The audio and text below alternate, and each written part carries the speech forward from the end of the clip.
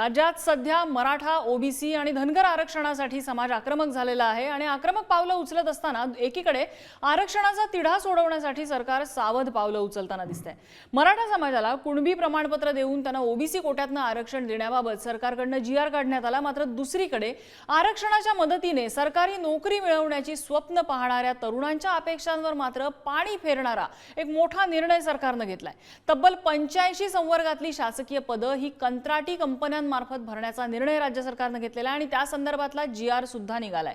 शिपाई ते अभियंत्यापर्यंतची ही सगळी पदं कंत्राटी पद्धतीने भरली जाणार आहेत आणि त्यामुळे सरकारी भरती आता विना आरक्षण होणार असं दिसतंय। थोडक्यात एकीकडे आरक्षण द्यायचं आणि दुसरीकडे कंत्राटी भरती करून आरक्षणाचा मुद्दाच नजरेआड करायचा। मग आरक्षणाचा फार्स कशासाठी? 75,000 सरकारी नोकऱ्यांचा आमिष देणाऱ्या सरकारकडून अशी विना आरक्षण भरती होणार असेल तर तरुण वर्ग सरकारवर विश्वास ठेवेल का? मुळात या विरोधाभासाची वकिली सरकार कसं करणार, हाच आहे आपला आजचा चर्चेचा विषय।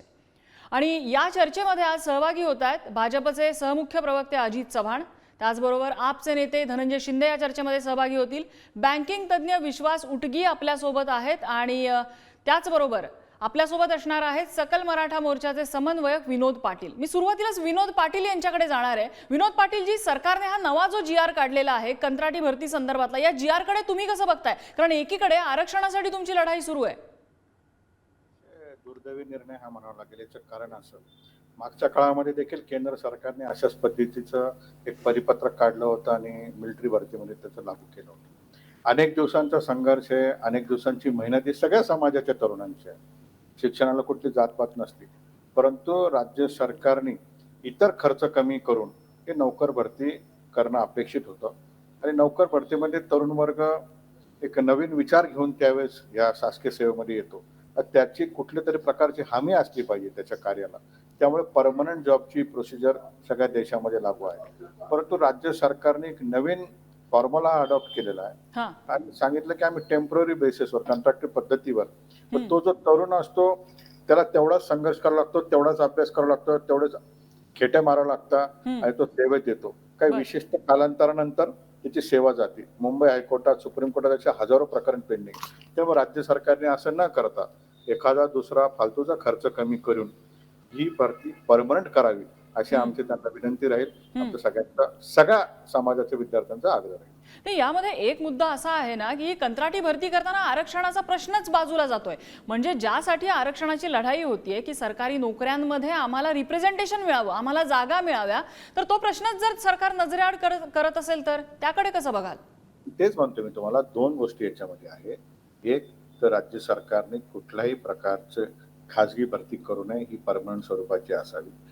त्याच बरोबरीने मराठा समाजाचा जो आरक्षणाचा लढा आहे ही मागणीच त्याच्यासाठी होती की सरकारी सेवेमध्ये आम्हाला स्थान मिळालं पाहिजे। परंतु जे सरकार आरक्षण न देता फक्त मराठा समाजाच्या तरुणांना सरकारी सेवेत स्थान द्यायचं नाही, तेव्हा अशा पद्धतीचं परिपत्र घेत असत ते चुकीचं आहे, हे सर्वांच्या लक्षात आलेलं आहे। बरं, आपल्यासोबत अजित चव्हाण आहेत भाजपतर्फे।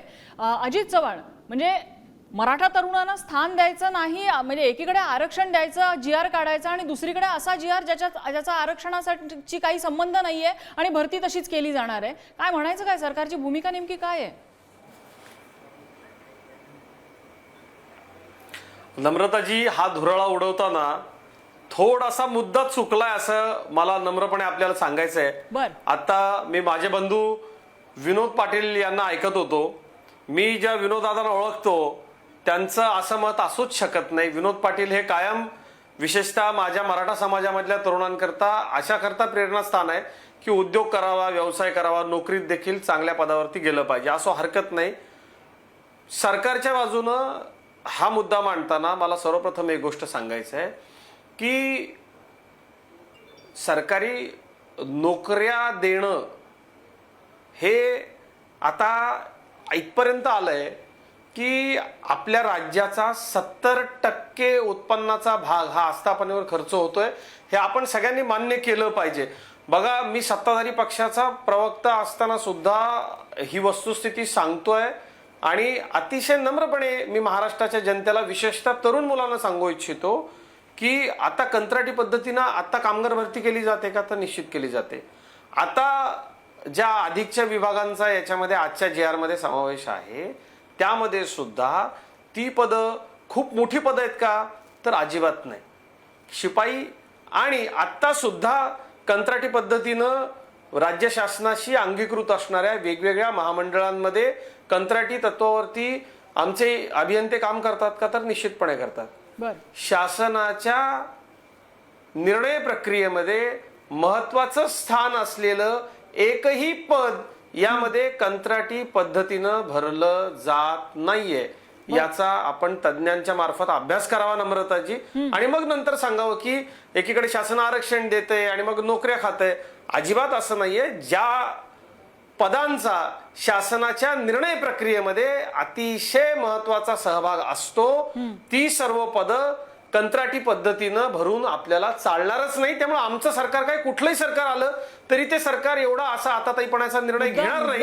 पण या निमित्तानं जर चर्चा सुरू झाली आहे ना नम्रताजी, तर मला हे मिळावं ही मागणी आहेच. मात्र त्याबरोबर सरकारी नोकरीच या गोष्टीचा जो एक कॅनव्हास आहे त्याच्यामधला सुद्धा एक व्हॅलिड शेअर आम्हाला मिळावा ही प्रत्येक समाजाची मागणी असते.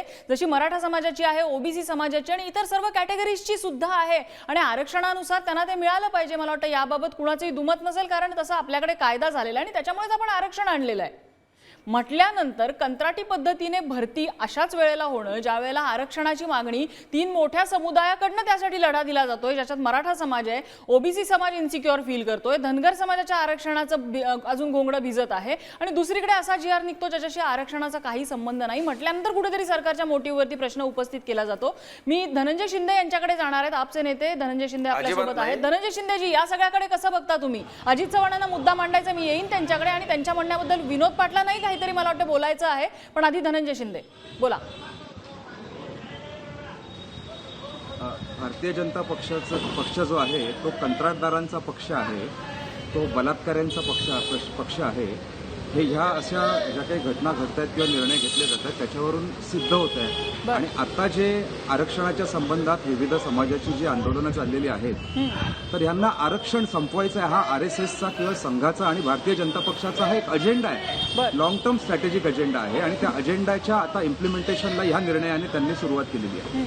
मला सांगा, ज्या 9 कंत्राटदार कंपन्या आहेत, म्हणजे एक मला वाटतं भाजपचे प्रवक्ते म्हणाले की याच्यातली महत्वाची पदं आम्ही भरत नाही आहोत. अरे, सरकारमध्ये नोकरी करणारा कुठच्याही जाती धर्माचा माणूस असेल तर तो महत्वाचा असतो, कारण तो सरकारी प्रक्रियेचा एक महत्वाचा घटक असतो. त्याच्यामुळे तिथे सुद्धा यांच्या मनामध्ये विष आहे किंवा उच्च नीच भाव आहे. परंतु महत्वाची गोष्ट म्हणजे जे 9 कंत्राटदार निवडलेले आहेत त्यातला एक कंत्राटदार मुंबई बँकेतल्या भ्रष्टाचारातल्या घोटाळ्यातला एक संचालक आहे, जो भारतीय जनता पक्षाचा आमदार आहे, ज्याचं नाव आहे प्रसाद लाड. प्रसाद लाड हा मुंबई बँक लुटणाऱ्या टोळीचा एक घटक आहे आणि त्याला तुम्ही कंत्राटदार म्हणून त्याची निवड केलेली आहे. आणि सगळ्यात महत्वाचं म्हणजे हा भारतीय जनता पक्षाचा स्वतःच्या कंत्राटदारांच्या माध्यमातून संघाची माणसं किंवा भारतीय जनता पक्षाच्या लोकांना सरकारमध्ये घुसवून सगळी यंत्रणा आपल्या ताब्यामध्ये घेण्याचा हा अत्यंत विषारी, अत्यंत क्रूर आणि कपटी डाव आहे. मला असं वाटतं की समाजाला ठीक आहे, अजित चव्हाणांकडनं स्पष्टीकरण घेऊया त्याचं. तुम्ही हा मुद्दा मांडलाय तो की हा सरकारचा डाव आहे असं म्हणतायत धनंजय शिंदे. मी विनोद पाटलांचं मत घेणार आहे, मग दोघांच्याही वरती प्रत्युत्तर घेण्यासाठी मी येईन अजित चव्हाणांकडे. विनोद पाटील, आपल्याला काय म्हणायचं याबद्दल? मला अजितजींना एक प्रश्न असा विचारायचा आहे की चपराशी याला स्वाभिमान नसतो का? जो क्लर्क म्हणून भरती होईल त्याला स्वाभिमान नसतो का? या अगोदरच मराठा समाजाने स्पष्ट केलेले आहे, जे उच्च पदाचे व्यक्ती असतील, लोकप्रतिनिधी असतील का कुठल्या पदावर असतील, त्याच्यावर निश्चित आम्ही फाईट करू, ते पद मिळवू. परंतु मराठा समाजाची आजची दयनीय अवस्था अशी की साधी चपराशाची जरी नोकरी भेटली तर ती आम्हाला कलेक्टर सारखी वाटते. त्यामुळे कृपया त्यांनी असं बोलू नये की हे उच्च पदासाठी नाही आहे, खालच्या पदासाठी. प्रत्येकाला स्वाभिमान आहे आणि मराठा समाज हा मागच्या 7-8 वर्षापासून लढाई लढतोय. पण राज्य सरकारने त्याच वेळी जर खुलं केलं असतं की याच्या पुढच्या काळामध्ये आम्ही कुठल्याही पद प्रक्रियेमध्ये आम्ही परमनंट नोकर भरती करणार नाही, तर आम्ही तो नाद तेव्हाच सोडला असता. 48-49 बांधवांनी बलिदान दिलं, सातत्याने न्यायालयाची लढाई सुरू आहे. तर अजूनही राज्य सरकारच्या मनात जर तसं असेल आणि राज्याची परिस्थिती जर नसेल, 70% खर्च जर तुमचा प्रशासनावर होत असेल तर राज्याचं उत्पन्न वाढवण्याची जबाबदारी राज्य सरकारची आहे, कर्ज काढण्याची जबाबदारी राज्य सरकारची. मी तुम्हाला किमान 20,000 कोटी रुपयाचा खर्च या एका मिनिटात मांडू शकतो की ज्याच्यामध्ये राज्य सरकारने उधळपट्टी केली. मग तरुणांना शासकीय सेवेमध्ये लागण्यासाठी नवे विचार समाजसेवेमध्ये येण्यासाठी, प्रोसिजरमध्ये येण्यासाठी, प्रशासनामध्ये येण्यासाठीच राज्य सरकारकडे पैसे नाही का, याचा त्यांनी खुलासा करावा. माझे 2 प्रश्न आहे. एक, खालच्या पदाच्या व्यक्तींना स्वाभिमान आहे ते राज्य सरकारला मान्य नाही का? आणि दुसरा, जर तुम्हाला परमनंट भरती करायचीच नाही तर ते धोरण राज्य सरकारने स्पष्ट करावं. बरं. किमान तरुण ठीक आहे. तुमच्या नातला आपण लागणार अजित नाही. चव्हाणांना तुमचे हे दोन्ही प्रश्न विचारूया. अजित चव्हाण, काय उत्तर आहे या दोन्ही प्रश्नांवरती? नाही, आदरणीय विनोद पाटलांना मला एक उत्तर द्यायचं आहे. खरं तर काय की विनोद पाटलांना आम्ही जेव्हा जेव्हा ऐकतो त्यावेळेला ते अशा पद्धतीनं मराठा समाजानं काम करावं हे सांगतात की आपण उद्योजक झालं पाहिजे आणि इतर क्षेत्रांमध्ये आपण गेलं पाहिजे. विनोद दादा, हा जो प्रश्न आहे नोकरीच्या विषयामधला, याच्यामध्ये असं आहे बघा की कनिष्ठ पदावरच्या व्यक्तीला स्वाभिमान नाही का? तर निश्चितपणे तो आहे. परंतु आमचं सरकार असताना नाही तर साधारणतः 2005 पासून राज्य शासनानं वेगवेगळ्या वेळी अशा पद्धतीनं आस्थापनेवरचा खर्च कंट्रोलमध्ये आणण्याकरता, कारण आता बघा परिस्थिती अशी आहे की एकीकडं राज्य सरकारनं मोठ्या प्रमाणावरती पोलीस भरती काढलेली आहे, ती परमनंट आहे. आत्ता इतक्या मोठ्या प्रमाणावरती महानगरपालिकांमध्ये 8,000हून अधिक परमनंट अतिशय चांगल्या शिपाई ते नगर अभियंत्यापर्यंतच्या वेगवेगळ्या जागा आहेत.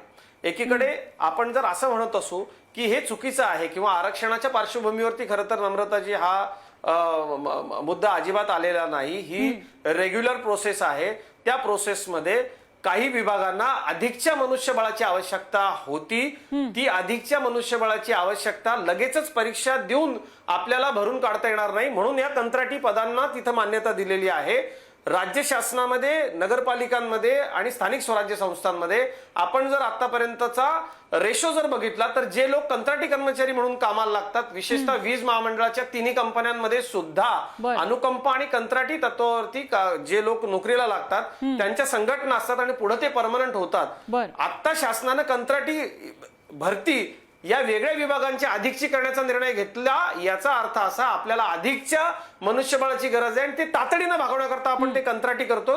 याचा अर्थ हे लोक कायमचेच कंत्राटी राहतील का? तर अजिबात नाही. आमचं सरकार असतानाच नाही तर आधीच्याही वेगवेगळ्या सरकारांमध्ये जी मुलं नोकरीला लागली होती कंत्राटी तत्वावरती ती पुढे परमनंट झाली, ते आज अधिकारी आहेत, वेगवेगळ्या पदांवरती आहेत. यामध्ये असं आहे की ही मुलं कंत्राटी कर्मचारी म्हणून कामाला लागली, ती पुढे जाऊन परमनंट होतील का याच्याबद्दल प्रश्नच नाहीये या घडीचा, किंवा पुढे या मुलांची नोकरी जाईल का तर तोही प्रश्न नाहीये.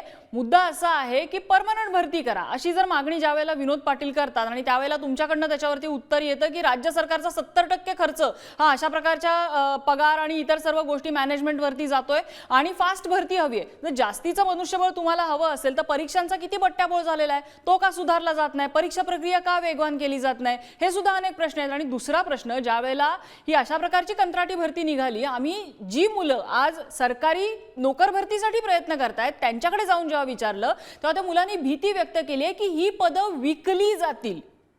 क्वालिफिकेशन नुसार परीक्षा घेऊन भरती होण्यापेक्षा ऐवजी ही पदं विकली जाऊ शकतात, ही भीती त्यांनी व्यक्त केली आहे. कारण गेल्या काही काळात झालेल्या परीक्षांचा बट्ट्याबोळ आपण बघितलाय. विश्वास उटगी आहेत आपल्यासोबत, बँकिंग विषयातले अभ्यासक आहेत आणि त्या कर्मचाऱ्यांसोबत त्यांनी खूप जवळून काम केलेलं आहे. विश्वास उटगी, तुम्ही एकीकडे बघताय राज्यातली परिस्थिती, एकीकडे आरक्षणासाठी GR निघतायत आणि दुसरीकडे असे GR निघतायत ज्याद्वारे नोकर भरती होते ज्याच्याशी आरक्षणाचा काही सुतराम संबंध नाहीये. या विरोधाभासाकडे कसं बघताय तुम्ही? आणि जी भीती मुलांनी व्यक्त केलेली आहे की ही पदं विकली जाऊ शकतात, त्याबद्दल काय सांगाल? ही चर्चा तुम्ही अत्यंत चांगल्या पद्धतीने उपस्थित केलेली आहे. मूळ प्रश्न हा आहे की GR काढलं तरी नोकऱ्या मिळणं ही अशक्य गोष्ट झालेली आहे आणि कंत्राटी पद्धतीने जी नोकरी येते त्याच्यामध्ये प्रचंड मोठा भ्रष्टाचार आहे.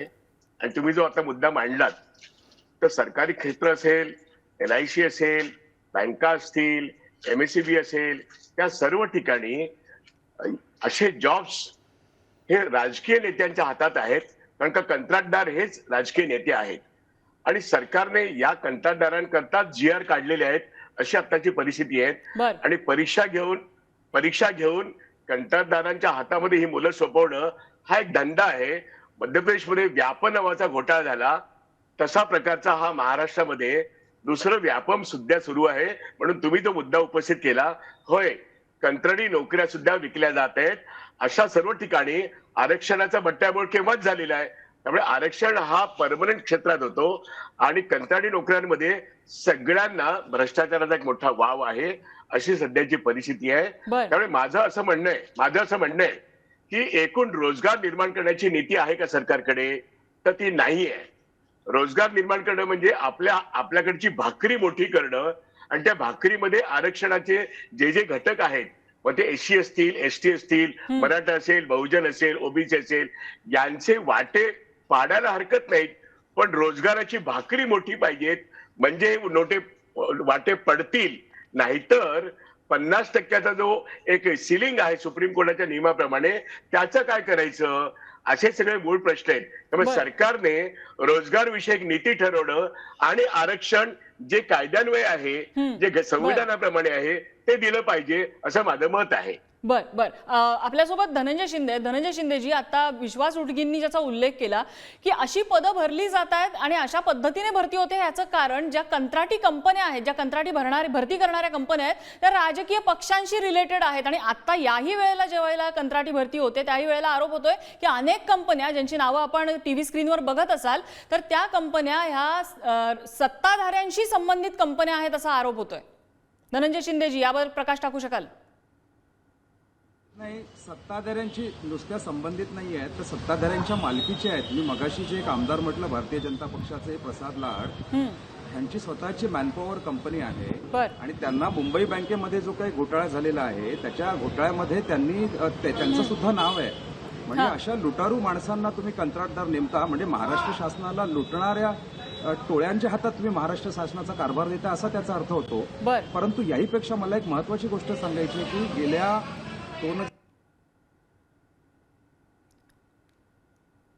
काही तांत्रिक अडचणींमुळे धनंजय शिंदे यांच्याशी संपर्क आपला तुटलेला आहे. पण संपर्क पुन्हा प्रस्थापित करूया. मात्र मला अजित चव्हाणांचं यावर उत्तर घ्यायचंय. अजित चव्हाण, प्रसाद लाड यांचा आरोप घेऊन थेट आरोप केलेला आहे, यांचं नाव घेऊन प्रसाद लाड यांचं नाव घेतलेलं आहे इथे. आता हे एकच नाव नाहीये, तर ज्या बहुतेक कंपन्या आहेत त्या सत्ताधाऱ्यांशी संबंधित आहेत असा आरोप होतोय, त्याबद्दल काय? नम्रताजी, मी आधी पत्रकारितेत होतो आणि आता माझा व्यवसाय आहे. माझ्या काही रजिस्टर्ड कंपन्या आहेत, त्या कंपन्यांच्या माध्यमातून मी व्यवसाय करतो. मी शासनामध्ये कंत्राटदारी सुद्धा करतो. मला जर उद्या शासनाचं एखादं काम मिळालं तर मी घोटाळेबाज आहे का? मला शासनानं कृपा केली म्हणून ते काम दिलं का? हा जो धनंजय शिंदे नावाचा माणूस तुम्ही बसवलाय, हा नाकाना कांदे सोडणारा माणूस आहे. तुम्ही जे काम करता त्याच्यामध्ये या कामाच्या नावाखाली कंत्राट विकलं जात आहे किंवा त्या कामामध्ये तुम्ही जे काही प्रॉडक्ट देताय ते प्रॉडक्ट जास्ती किमतीला विकली जात आहे असा आरोप होतो का? इथे तसं होतंय. कंत्राटी भरती अंतर्गत जी पदं भरली जात आहेत त्या पदांसाठी लिटरली विक्री केली जाते, रेट कार्ड ठरलं जातं, या पदासाठी एवढे भरा तुम्हाला नोकरी मिळेल, अशा गोष्टी होत आहेत. आणि आज नाही, हा पूर्वापार होत आहे. असं धनंजय शिंदेंनी सिद्ध करावं. अगदी सोपं आहे. एखादा उमेदवार त्यांनी पाठवावं त्या कंपनीकडे, पैसे द्यावे, ते घेतात का बघावं, चेक करावं, रिअलिटी चेक करावं ना. काय होतं माहिती का, दूरचित्रवाणीवरती बसून एका नॅशनल चॅनलमध्ये बसून आपण असे सवंग आरोप करू शकत नाही. मनीष सिसोदिया का जेलमध्ये? आम आदमी पार्टीने दारूचे पैसे खाल्ले की नाही याचं उत्तर दिलं पाहिजे त्यांनी. नाकाने कांदे सोलू नये. मुद्दा असा आहे याच्यामध्ये, आपण एक गोष्ट लक्षात घ्या, कुठलीही कंपनी ती खाजगी जरी असली तरी एखाद्या ठिकाणी कंत्राट तिला मिळवण्याकरता एलिजिबिलिटी मिळवावी लागते. नम्रताजी, ती लगेचच मिळत नाही. म्हणजे आमदार प्रसाद लाडांची कंपनी आहे म्हणून त्या कंपनीला काम देऊन टाका असं होत नाही. अनेक लोक राजकारणामध्ये आहेत, अनेक लोक सत्ताधारी पक्षाचे आहेत, त्यांना ते काम का मिळत नाही? त्याचं कारण असं आहे की प्रसाद लाड साहेब हे भारतीय जनता पार्टी, माझे मित्र आहेत, ते भारतीय जनता पार्टीमध्ये येण्यापूर्वीपासून हा त्यांचा व्यवसाय आहे. गेली 3 दशकं ते हा व्यवसाय करतात. या व्यवसायामधलं एक प्रतिष्ठित नाव त्यांचं आहे. फक्त ते एकटेच आहेत, मग इतर कंपन्या कुणाच्या आहेत? काय होतं, आपण नॅशनल टेलिव्हिजनवरती बसून असे आरोप करू शकत नाही ना. आणि धनंजय शिंदेना आपण जरा पत्रकार म्हणून सांगा, आपण जेव्हा नॅशनल टेलिव्हिजनवरती बसतो त्यांच्या पक्षाच्या नेत्यांशी संबंधित सुद्धा अनेक गोष्टी आहेत माझ्याकडे. अगदी तेल मालिश पासून घरातल्या घाणेरड्या गोष्टींपासून मला माहिती आहे. मी आपच्या नेत्यांचं व्यक्तिगत नाव घेऊन बोलेन का? आप हा बलात्कारी लोकांचा पक्ष असं मी म्हणेन का? आपण जेव्हा बोलतो सार्वजनिक जीवनामध्ये, महाराष्ट्रामध्ये अनेक नेत्यांनी ती पातळी सोडल्यानं महाराष्ट्राचं राजकारण खाली गेले. लोकांना ते आवडत नाही. धनंजय शिंदे, तुमचा पक्ष महाराष्ट्रामध्ये नवीन आहे राजकारणात, आणि सार्वजनिक जीवनामध्ये बोलताना जरा संयम ठेवायला शिका. तुम्ही जे सांगितलं आता, मी जे आरोप केलेत ते आरोप हे आम्ही केलेले नाहीयेत, पुढारी न्यूजने केलेले नाहीयेत. आम्ही जे विद्यार्थी सरकारी नोकरीसाठी प्रयत्न करतायत आम्ही त्यांच्याशी संवाद साधला, त्यावेळेला त्यांनी हे केलेले आरोप आहेत. मला वाटतं त्यातले बरेच जण यातल्या ग्राउंड रियालिटीला फेस केलेले असतील. अर्थात प्रत्येक वेळेला प्रत्येक जण पुरावा आणू शकत नाही, कारण कोणी तयार होऊन गेलेला नसतो स्टिंग ऑपरेशन करायला. ते विद्यार्थी आहेत जे सरकारी नोकरीच्या अपेक्षेने जात असतात अशा ठिकाणी, आणि त्यांना काय अनुभव आलेले असतील, ती आपबीती जर त्यांनी कथन केली असेल तर त्याच्याकडे सुद्धा लक्ष द्यायला हवं आणि त्याचे पुरावे शोधून कारवाई करायला हवी. सरकार म्हणून ही जबाबदारी आहे. मला विनोद पाटलांकडे जायचंय. विनोद पाटील, या हे स्पष्टीकरण तुम्हाला पटतंय का अजित चव्हाणांचं? सगळ्यात बेसिक प्रश्न माझा असा आहे, ते माझे बंधू सांगते की 2005 पासून ही प्रोसिजर आहे. आता 2005 पासून 1987 पासून याच्यावर आमचा वाद किंवा चर्चाच नाही. माझं काय म्हणणं आहे की आज शासनाने जे शासनात एक्झिस्टिंग आहे, जे सरकार आज चेअरवर बसलेले त्यांनी हा निर्णय घेतला. आमची मागणी काय आहे की मागच्या 6, 7, 8 वर्षापासून आम्ही सातत्याने आरक्षणाची मागणी करतोय. सरकारने आम्हाला जर अगोदरच खुलासा केला किंवा आजही सरकारने पुढे येऊन जर सांगितलं आमची ऐपत नाही, आमची कॅपॅसिटी नाही, आमची परिस्थिती नाही, आम्ही तुमच्याशी नोकर भरती करणार नाही. माझा प्रश्न वेगळा आहे. माझा प्रश्न काय आहे की राज्य सरकारला अस्तित्वात येऊन किंवा या सिस्टमला तयार होऊन अनेक वर्ष झाले. मागच्या 50 वर्षामध्ये देखील एवढी सक्षमता या सरकारमध्ये आलेली नाहीये. मागच्या 1 वर्षापासून आज 50 वर्ष झाले की स्वतः ते निवड प्रक्रिया करू शकतात. टेम्पररी पोस्ट जरी घ्यायचे तर त्यांना एजन्सीज अपॉइंट करावं लागतं. म्हणजे सरकारचं सिस्टम चाललंय पुढं. आता जे सातत्याने आरोप होत आहेत, तुम्ही तलाठी भरती बघितली, शिक्षक भरती बघितली, ते डेप्युटी डायरेक्टर ऑफ एज्युकेशन पुण्याच्या ह्या तुरुंगात आहे. करोडो रुपयाची उलाढाल, हजारो करोड रुपये याच्यामध्ये जमा करण्यात आले. ते कुठल्या पक्षाने केले का? तो प्रशासनाचा भाग आहे. ते CID CBI ते बघेल. माझ्यासारख्या तरुणाचा प्रश्न असा आहे की एक तर आमची मानसिकता खचवलेली आहे. आज आमच्या समोर कोणताही पर्याय नाही. विद्यार्थी उधारी पाधारी करून शिक्षण घेतोय आणि ज्यावेळेस त्याला आस लागते की आता मला शासकीय सेवेमध्ये किमान चपराशी होता येईल आणि चपराशी होण्याचं स्वप्न जर त्याचं भंग होत असेल आणि कोणाच्या शिफारस पत्रावर ते नियुक्त होत असतील, अजितजी तुम्ही आपण मित्र आहोत. मला फक्त एका प्रश्नाचं उत्तर तुम्हाला द्या, भाजप प्रवक्ते म्हणून मी तुम्हाला विचारत नाही. या मागच्या वर्षामध्ये, 2 वर्षामध्ये, 5 वर्षामध्ये किती घोटाळे नोकरीचे बाहेर आले? सीईटीचा घोटाळा आला, कॅटचा घोटाळा आला, तलाठी भरतीचा आला, शिक्षक भरतीचा आला, प्रत्येक भरतीचे घोटाळे आले. आणि याच्या मागे कारण काय होतं की प्रायव्हेटायझेशन एखाद्या खाजगी व्यक्तीच्या हातामध्ये ज्यावेळेस आपण टूल देतो तर कोणी सिस्टम भ्रष्ट करतात. त्यामुळे मराठा समाजाची 2च मागण्या आहे. एक, राज्य सरकारने परमनंट भरती घ्यावी विनाकारण हे प्रयत्न करू नये. दुसरा, आरक्षणाचा जो मुद्दा आहे तो मार्गी लावावा. नाही तर सरकारने धाडस करावं, पुढे येऊन सांगावं याच्या पुढे आम्ही कोणालाही शासकीय सेवेमध्ये घेणार नाही. आम्ही त्याचा देखील स्वीकार करू. इकडे राजकीय भाषण करायचे, सभागृहात भाषण करायचे, मेगा भरती करू, तरुण अपेक्षेने उभा राहतो आणि खासगीकरण करायचं, याचा मला विरोध आहे. बरं, हा मुद्दा खूप महत्वाचा आहे. मला विश्वास उडगींकडनं वाइंड अप कमेंट घ्यायची. विश्वास उडगीजी, आपण ही संपूर्ण चर्चा ऐकली. या क्षणाला जी चर्चा होतीये त्या बाबतीत सरकारच्या भूमिकेवरती प्रश्नचिन्ह उपस्थित केलं जात आहे. सरकारची भूमिका नेमकी काय असू शकते यामध्ये? तुम्ही पडद्याच्या दुसऱ्या बाजूला कसं पाहता याकडे? काही तांत्रिक अडचणींमुळे आपला संपर्क तुटलेला आहे. मात्र मी अजित चव्हाणांकडे पुन्हा एकदा जाईन. अजित चव्हाण, सरकारची नेमकी काय भूमिका आहे? अगदी शेवटचे माझ्याकडे 30 सेकंद आहेत.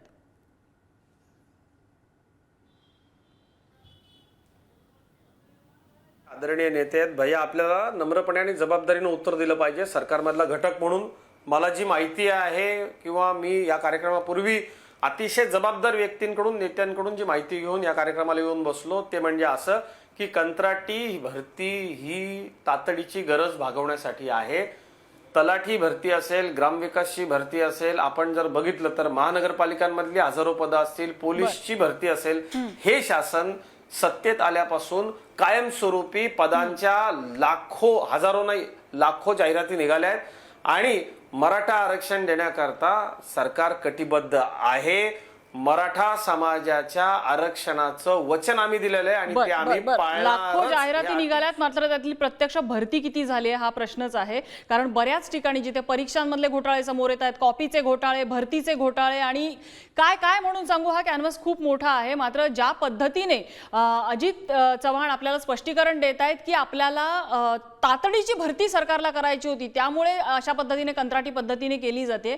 मुद्दा हाच आहे की 75,000 नोकऱ्या करणार स्वातंत्र्याच्या 75व्या वर्षपूर्ती निमित्त 75,000 नोकऱ्यांची भरतीचं आमिष दिलं जातं. दुसरीकडे आरक्षणाचा GR निघतो. ह्या सगळ्या घोळामध्ये ज्या वेळेला कंत्राटी भरती होते, मग कंत्राटी भरती करताना 75,000 नोकऱ्यांपैकी किती भरत्या या कंत्राटी पद्धतीने होणार आहेत, किंवा किती भरत्या ह्या आरक्षणाचा लाभ ज्या ज्या प्रवर्गाला मिळतोय त्या प्रवर्गातला आरक्षणाकडे कानाडोळा करून होणार आहे, हा सुद्धा प्रश्न आहे. आणि त्यामुळे इथे सरकारच्या भूमिकेवरती प्रश्न उपस्थित केलं जातं. अर्थात व्हॅलिड एक्सप्लेनेशन सरकारकडनं अपेक्षित आहे.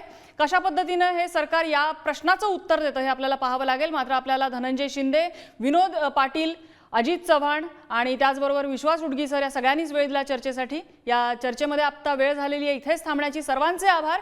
चर्चेचा धुरळा आजचा इथेच शमलेला आहे. मात्र उद्या नव्या विषयासह पुन्हा एकदा भेटूया पुढारी न्यूजवर. पाहत राहा.